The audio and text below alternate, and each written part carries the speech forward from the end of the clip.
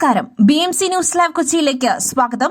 വാർത്തകൾ വായിക്കുന്നത് ആതിര രവീന്ദ്രൻ. ഈ വാർത്തകൾ നിങ്ങൾക്കായി അവതരിപ്പിക്കുന്നത് Mayil food stuffs Mookkannoor, powered by Leotech solar solutions, city tower, city wear and city shoes, Angamaly and Cochin Kalabhavan Angamaly franchise.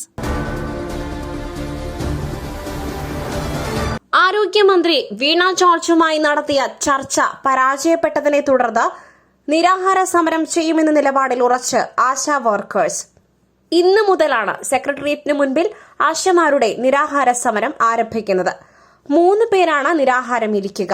ആവശ്യങ്ങൾ സർക്കാർ പരിഗണിക്കുകയോ അംഗീകരിക്കുകയോ ചെയ്യാതെ സമരത്തിൽ നിന്നും പിന്മാറില്ലെന്ന നിലപാടിലാണ് ആശാ വർക്കേഴ്സ്. ആശാ വർക്കേഴ്സ് തങ്ങളുടെ ആവശ്യങ്ങൾ വ്യക്തമായി പറഞ്ഞുവെങ്കിലും ആശാവർക്കർമാരുടെ ആവശ്യങ്ങൾ ഒന്നും അംഗീകരിക്കാതെ സമരം അവസാനിപ്പിക്കണം എന്നാണ് ആരോഗ്യമന്ത്രി ആവശ്യപ്പെടുന്നത്. യാഥാർത്ഥ്യബോധത്തോടെ കാര്യങ്ങൾ കാണണമെന്ന് മന്ത്രി പറഞ്ഞുവെങ്കിലും സമരക്കാർ വഴങ്ങിയില്ല.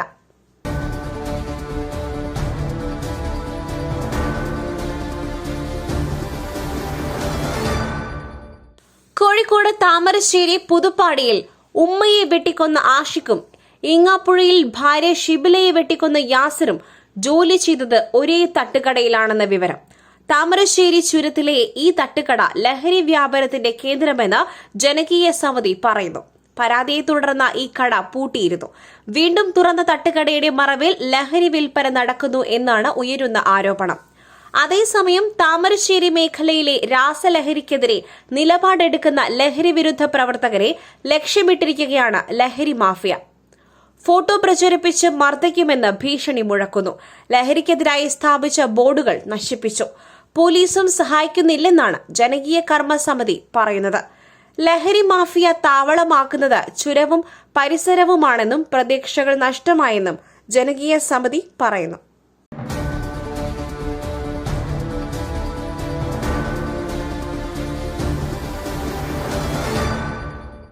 ഈ പ്രസരിപ്പ്, ആരോഗ്യം, എല്ലാത്തിനും അടിസ്ഥാനം ചിട്ടയായ ആഹാരരീതിയാണ്.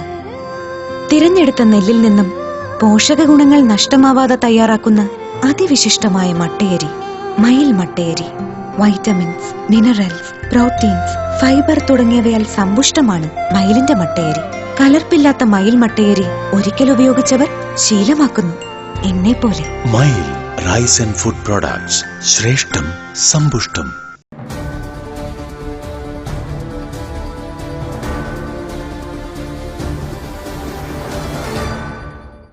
എറണാകുളം അങ്കമാലിയിൽ 2 ബംഗ്ലാദേശ് സ്വദേശികളെ പോലീസ് അറസ്റ്റ് ചെയ്തു. മുനീറുൽ മുല്ല, അൽതാഫ് അലി എന്നിവരെയാണ് അങ്കമാലി പോലീസ് അറസ്റ്റ് ചെയ്തത്. ഇരുവരും 2017 മുതൽ കേരളത്തിൽ അനധികൃതമായി താമസിക്കുകയായിരുന്നു എന്നാണ് പോലീസ് കണ്ടെത്തിയത്. ഇതിനായി ഇരുവരും വ്യാജ ആധാർ കാർഡ് നിർമ്മിക്കുകയും ചെയ്തിരുന്നു.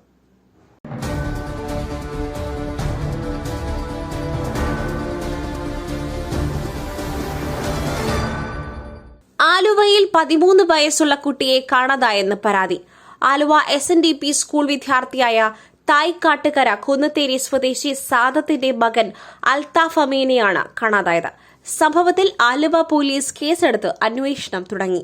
ചൊവ്വാഴ്ച രാത്രി മുതലാണ് കുട്ടിയെ കാണാതായത്. വീട്ടിൽ നിന്നും ചായ കുടിക്കാനെന്ന് പറഞ്ഞു പോയതാണ് കുട്ടി. പിന്നീട് വീട്ടിലേക്ക് തിരികെ വന്നില്ല. ഇതിനെ തുടർന്നാണ് വീട്ടുകാർ പോലീസിൽ പരാതി നൽകിയത്. സാമ്പത്തികമായോ മറ്റു തരത്തിലോ കുട്ടിയെ അലട്ടുന്ന പ്രശ്നങ്ങളില്ലെന്ന് വീട്ടുകാർ പറയുന്നു. പോലീസ് ഫോൺ കേന്ദ്രീകരിച്ചാണ് അന്വേഷണം നടത്തുന്നത്. നിലവിൽ ഫോൺ സ്വിച്ച് ഓഫ് ആണ്. കുട്ടി എവിടെയാണ് എന്നതിന് ഒരു സൂചനയും ലഭിച്ചിട്ടില്ല. ലഹരി മാഫിയയുടെ കയ്യിൽപ്പെട്ടിട്ടുണ്ടോ എന്നതടക്കം പോലീസ് അന്വേഷിച്ചു വരികയാണ്. ഏതെങ്കിലും ലഹരി കേന്ദ്രങ്ങളുമായി കുട്ടികൾക്ക് ബന്ധമുണ്ടോ എന്ന് പോലീസ് പരിശോധിക്കുകയാണ്. കുടുംബത്തിന്റെയും സ്കൂൾ അധികൃതരുടെയും മൊഴി പോലീസ് ശേഖരിച്ചു വരികയാണ്.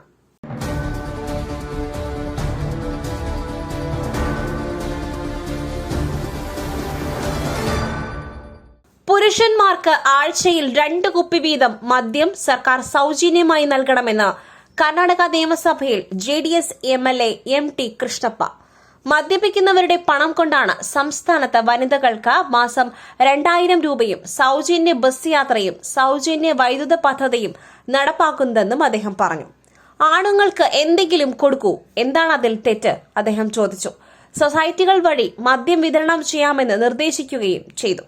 എക്സൈസ് നികുതി 36,500 കോടിയിൽ നിന്നും 40,000 കോടി രൂപയായി വർദ്ധിപ്പിക്കുവാനുള്ള ബജറ്റിലെ നിർദ്ദേശത്തെക്കുറിച്ച് നടന്ന ചർച്ചയ്ക്കിടെയാണ് MLA പരിഹാസ രൂപത്തിൽ ഇങ്ങനെ അഭിപ്രായപ്പെട്ടത്.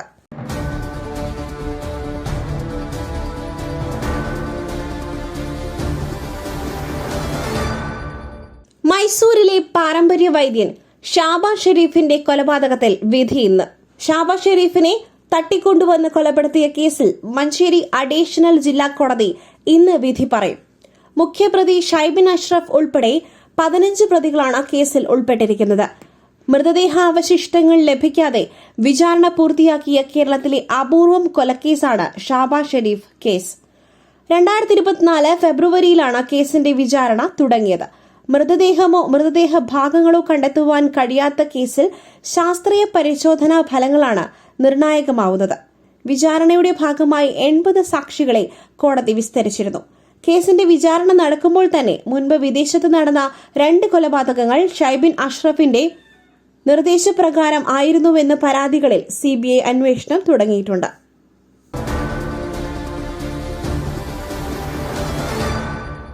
ബംഗളൂരു കെംപഗൌഡ അന്താരാഷ്ട്ര വിമാനത്താവളത്തിൽ വൻ കൊക്കൈൻ വേട്ട.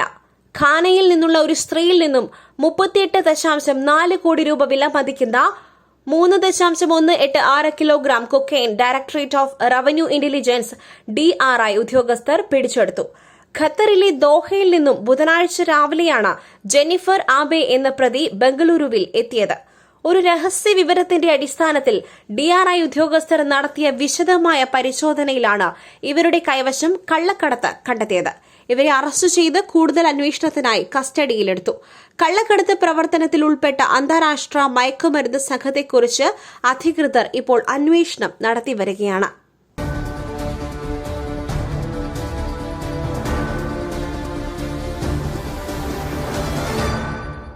വ്യാഴാഴ്ച മധ്യ തെക്കൻ ഗാസയിൽ പുതിയ കര ആക്രമണം ആരംഭിച്ചതായും ഒരു പ്രധാന കര ഇടനാഴിയുടെ നിയന്ത്രണം തിരിച്ചുപിടിച്ചതായും ഇസ്രായേൽ പ്രതിരോധ സേന IDF പ്രഖ്യാപിച്ചു. ഗാസയിൽ നടന്ന കനത്ത വ്യോമാക്രമണങ്ങളിൽ 400-ലധികം പേർ കൊല്ലപ്പെട്ടതായി റിപ്പോർട്ട് ചെയ്യപ്പെട്ടതിനെ തുടർന്ന് ഹമാസുമായുള്ള 2 മാസമായി നിലനിൽക്കുന്ന വെടിനിർത്തൽ പെട്ടെന്ന് അവസാനിച്ചു. മറ്റൊരു വാർത്തയുമായി കണ്ടുമുട്ടുന്നതുവരെ നന്ദി, നമസ്കാരം.